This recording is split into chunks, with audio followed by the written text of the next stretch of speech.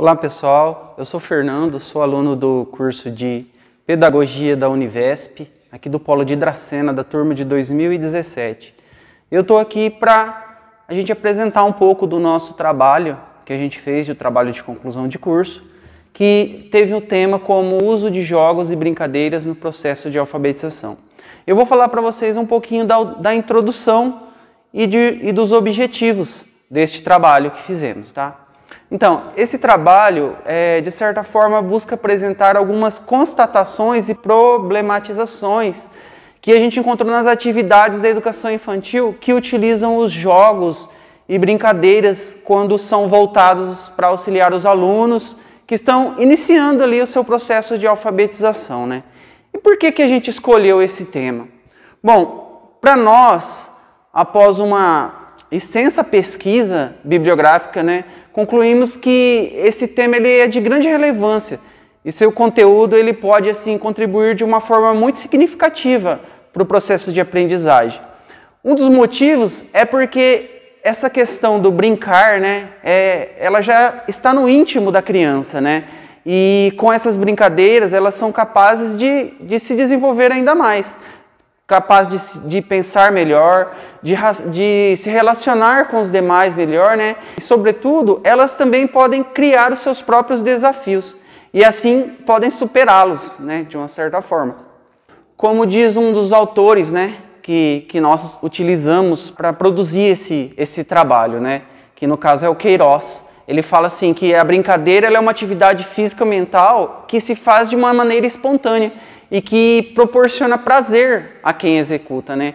Então, com a brincadeira, a criança se solta, ela vai deixando que sua liberdade, sua criatividade passe a fluir de maneira tão espontânea que, assim, ela acaba realmente se descobrindo como pessoa, né? Para que isso aconteça de uma forma que não seja levado como uma mera brincadeira, né? Mas uma brincadeira de cunho pedagógico, é preciso que ela ocorra de uma maneira sistêmica, né? Então ela precisa ali naquele momento ser assistida por um professor, que ele não vai interferir, né, na brincadeira, mas sim vai atuar como um mediador desse processo de aprendizagem, estimulando o desenvolvimento da criança e ajudando ela a perceber que no momento em que ela brinca, a aprendizagem acontece. Uma outra autora que a gente pesquisou muito aqui no nosso trabalho foi a Kishimoto. E segundo ela, né, o educador pode potencializar as situações de aprendizagem com a utilização das atividades lúdicas, né? Além disso, essas atividades lúdicas proporcionam às crianças momentos divertidos, que abrem espaços para a aprendizagem, onde elas desenvolvem suas habilidades cognitivas, cognidades motoras, né, até mesmo físicas. Outro autor que utilizamos foi o Fortuna. Ele vem dizer que é importante que o educador insira o brincar em um projeto educativo com objetivos e metodologias bem definidos e tem consciência da importância do brincar em relação ao desenvolvimento e à aprendizagem das crianças. Ele quase que fala um pouco parecido com o que falou a Kishimoto, né? O segundo Fortuna ainda, ele ressalta que a aprendizagem é o mais frequente motivo pelo qual o jogo é considerado importante para a educação, onde o brincar se torna assim, realmente significante, com a ajuda dos educadores, que devem seguir o seu papel de auxiliador no processo de educação, né? No processo de aprendizagem, melhor dizendo. Vygotsky, também, um autor que a gente pesquisou bastante, vai dizer que o lúdico, né, influencia enormemente no desenvolvimento da criança. O autor ele entende que é através do jogo que a criança ela aprende a agir. Ela tem ali sua curiosidade estimulada, adquire iniciativa, autoconfiança, né? Além de proporcionar o desenvolvimento da linguagem, do pensamento e da concentração da criança, né? E diante de tudo que esses autores vêm nos trazer, o nosso trabalho ele busca, de certa forma, demonstrar que a utilização de atividades escolares que envolvem brincadeiras, ela tende a contribuir com muito mais facilidade para o processo de ensino-aprendizagem da criança. E não apenas isso, contribui também na formação do ser cidadão, né? De atitudes sociais, com cooperação, socialização, respeito mútuo e a formação da personalidade também daquela criança pode ser encontrada, né, no desenvolvimento dessas atividades, né? Nós conceituamos que o brincar, o jogo, e qual a importância dos mesmos quando são utilizados como recursos pedagógicos e quanto eles podem ser interessantes para o processo de aprendizagem, principalmente para aquelas crianças que ainda estão ali no início, né, no início do seu processo de alfabetização, né? Já num segundo momento, nós utilizamos ali um estudo de caso, onde foram analisadas atividades lúdicas com finalidades pedagógicas que foram enviadas remotamente por professoras de 2 escolas diferentes de educação infantil, que elas ficam localizadas no município de Junquerópolis. É uma cidade aqui do interior de São Paulo, né, que essas atividades foram enviadas para 2 crianças. Essas crianças têm idades de 4 e 5 anos e estão na fase inicial de alfabetização, né? Sendo que a primeira, de 4 anos, ela cursa pré-escola e encontra-se na hipótese silábica da escrita. E a segunda, ela já está na pré-escola e na hipótese silábico-alfabética. E assim, uma coisa importante para a gente deixar aqui registrado é que tudo isso que a gente fez do estudo de caso, acesso aos materiais, né, teve a devida autorização, tanto dos pais dessas crianças como dos professores. Tá? Por fim, o que a nossa intenção, né, é apresentar os resultados dessas atividades, né? E como assim essas atividades elas podem contribuir para melhorar o aprendizado, né? E assim contribuindo de uma forma efetiva para o processo de alfabetização dessas crianças.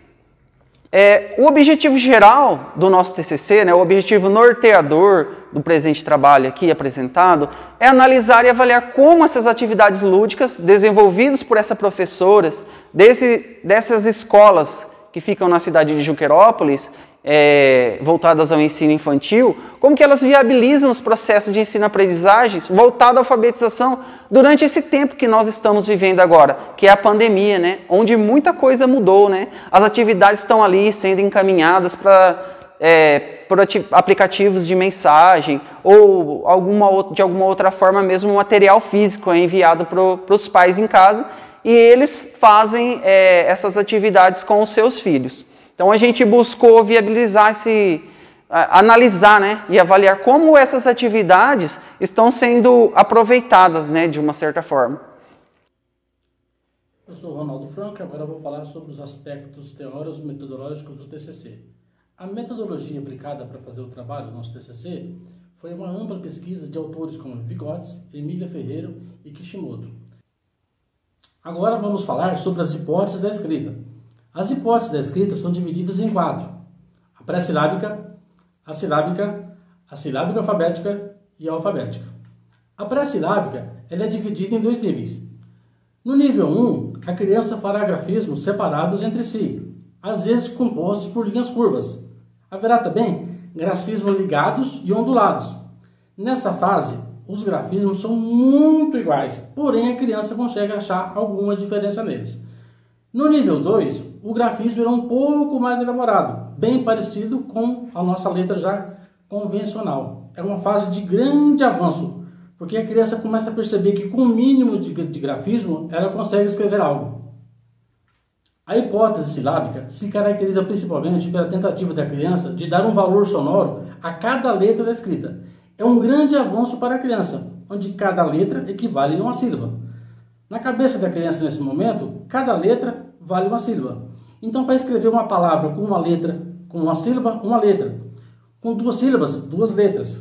Com 3 sílabas, 3 letras. E assim vai. Não deixa de ser uma evolução no processo de alfabetização para a criança, a hipótese silábica.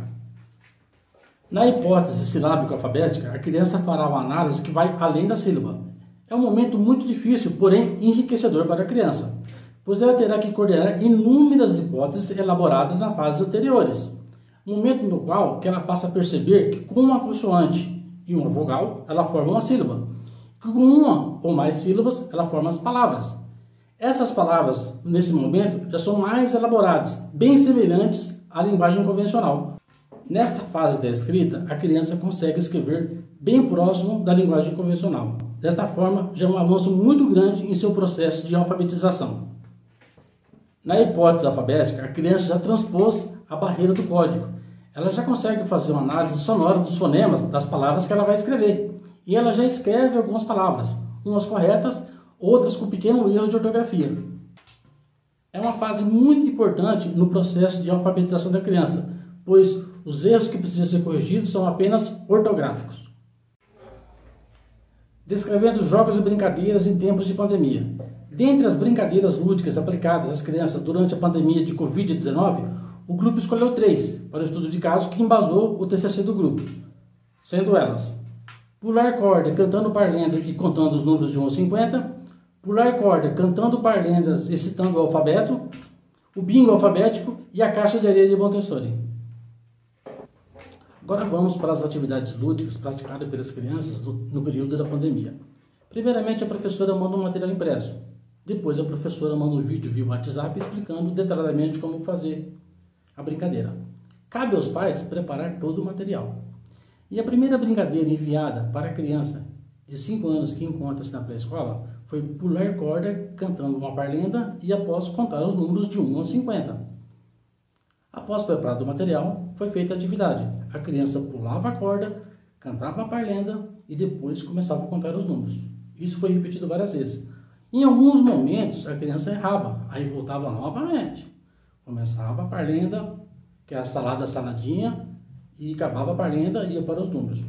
E assim ia, até chegar a 50. Demorou, mas a criança conseguiu completar o ciclo. Ela foi até os 50 e isso divertiu ela bastante. Em seguida, seguindo a orientação da professora, a criança foi praticar na lousa mágica. Com a lousa mágica, a criança foi fazendo os números conforme deve ser feito, seguindo os contornos certinho, como deve ser feito os números. Após a etapa da lousa mágica, a criança foi para o papel. Uma folha previamente enviada, no material impresso, a criança foi fazendo os números de 1 a 50. Terminada essa fase de 1 a 50, a criança sublinhou, ela sublinhou esses números com uma canetinha. Os contornos certinhos, conforme orientado na lousa mágica e conforme orientado no material escrito da professora. Após terminada a atividade, foi feita foto e enviada para a professora.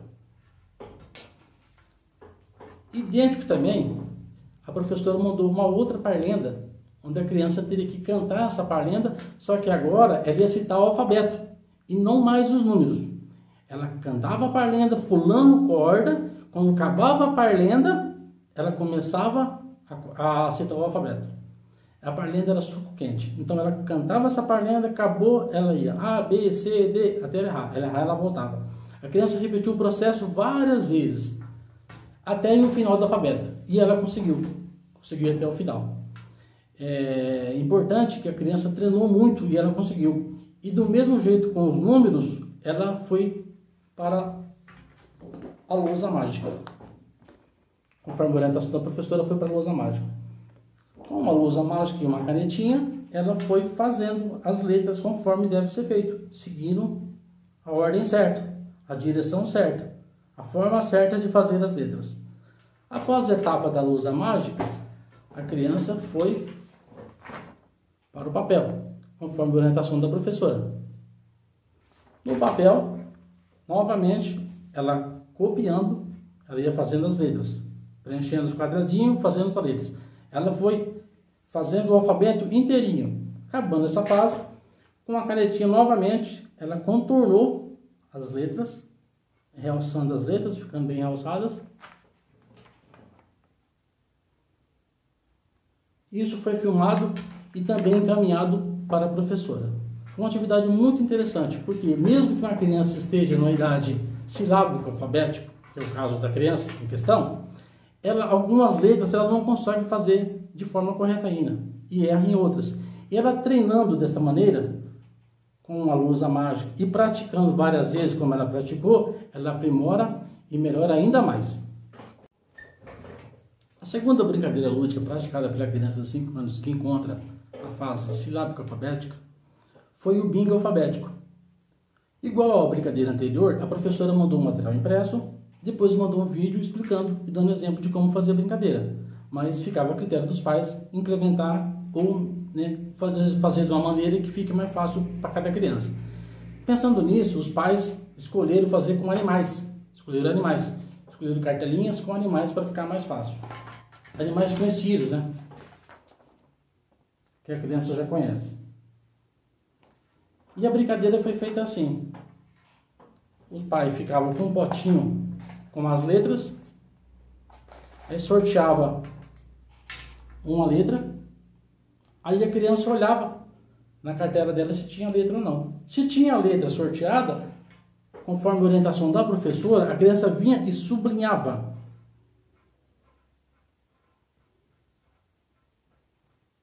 A letra. Era sorteada uma outra letra. Se não tinha, a criança não marcava. O pai e a mãe também participou da brincadeira, cada um com a sua cartela de bichinhos. E assim foi indo. Conforme sorteando, a criança ia com a canetinha e contornava a letra se ela tinha na cartela do bichinho referente à letra. E assim a brincadeira rolou. E foi muito interessante e bem didático para a criança. Por quê? No final, pelo fato da criança estar soletrando as letras e formando sílabas e formando palavras, melhora de uma maneira substancial, grande, essa fase em que ela se encontra, que é a silábica alfabética, porque ela vai cada vez mais vai fixando, ela vai entendendo que com uma letra, uma consoante e uma vogal, ela consegue formar uma sílaba. E com uma ou mais sílabas, ela forma palavras. E a professora também orientou que quando a palavra fosse formada,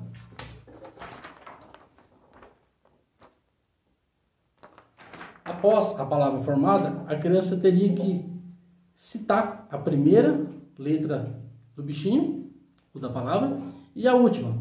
No caso, o macaco. Ela teria que falar, começa com M, termina com O. Leão, ela sublinhava o L, começa com L, termina com O. Elefante, sublinhava o E, começa com E, termina com E. Então, a brincadeira foi muito didática e só acrescentou para a criança. É uma brincadeira que ela divertiu muito e acrescentou de forma muito didática para ela, porque ela aprendeu a juntar palavras, ela aprendeu a juntar letras, né, ou juntar sílabas, né, com essas sílabas formando palavras. Foi uma brincadeira muito interessante e bem aplicada, onde a professora conseguiu fazer um casamento perfeito entre a oralidade e a escrita, que é muito interessante no processo de alfabetização de uma criança. Meu nome é Victor Manzato e eu vou falar sobre a terceira brincadeira do estudo de caso e sobre a conclusão final do nosso trabalho de conclusão de curso. A terceira atividade de estudo de caso se refere ao método Montessori. Essa atividade avaliada no caso concreto é uma das mais populares da autora, a caixa de areia Montessori, com a qual é possível realizar distintas atividades de pré-escrita. Ela trabalha as diferentes áreas do conhecimento de maneira sensorial, a fim de adaptar o processo de aprendizagem às necessidades específicas das crianças durante a primeira infância. Com isso, ajuda a preparar de forma eficiente as crianças para a etapa seguinte de ler e escrever. Neste caso, foram observadas atividades de uma criança de 4 anos, que cursa pré-escola 1 e encontra-se na hipótese silábica da escrita. A atividade foi passada da seguinte maneira. A professora encaminhou para os pais o material escrito com todas as atividades que seriam trabalhadas durante a semana. Em seguida, enviou um vídeo gravado através do aplicativo WhatsApp, no qual explicava de forma detalhada como teria que ser feita a atividade da caixa de areia Montessori. Os cartões ficavam numa caixinha próxima à caixa de areia e, com a supervisão dos pais, a criança desenvolveu a atividade. Conforme era tirado um cartão da caixinha, a criança com as mãos fazia na areia um movimento como se estivesse escrevendo. A brincadeira foi feita primeiramente com as letras do alfabeto e posteriormente com os números. Foi possível notar que na hora de aplicar a atividade, a criança trabalhou com a coordenação motora fina, situação essa que favorece que elas adquiram maior precisão com os dedos da pré-escrita. Foi possível notar também que ao escrever na areia e desenhar formas, foi fomentado na criança uma maior destreza na hora de escrever depois com o lápis e o papel, ou seja, a coordenação olho-mão, pois após ter desenhado na areia o modelo visto no quadro, essa ação facilitou que a criança, pouco a pouco, fosse desenvolvendo uma maior habilidade para coordenar seus olhos com suas mãos, assim ampliando o seu reconhecimento de formas. Vale mencionar que ao identificar uma letra ou número e copiá-lo na areia, a criança trabalha sua capacidade de reconhecimento de figuras visuais, melhorando significativamente sua concentração. O exercício de manipular a areia fez com que a criança se sentisse motivada a criar e desenhar outras formas e desenhos, ampliando assim seu poder de imaginação e criação. Análise final: a importância dos jogos e brincadeiras. Podemos dizer que o objetivo do trabalho foi plenamente atingido, pois, segundo a afirmação dos pais das duas crianças observadas nas atividades lúdicas realizadas em casa, os resultados do estudo de caso realizado com elas foram plenamente positivos. Haja vista que, mesmo que sem a presença dos amigos de sala de aula e tudo feito remotamente, os pais, com a ajuda das professoras, foram criativos e participativos, o que fez com que as crianças tivessem resultados bastante positivos e assim deram passos importantes no seu aprendizado, avançando o processo de alfabetização de forma lúdica, alegre e menos maçante. O sucesso da alfabetização e letramento exige uma transformação da escola, passando também pelos professores para que se consiga criar um ambiente alfabetizador, que seja rico em estímulos que incentivem atos de leitura e escrita. Como exemplo, podemos citar jogos e brincadeiras com cunho pedagógico, que permitam às crianças compreenderem o funcionamento da língua escrita, e ainda possibilitem a apropriação do seu uso social e que forneçam elementos que desafiem elas a pensarem sobre a língua escrita.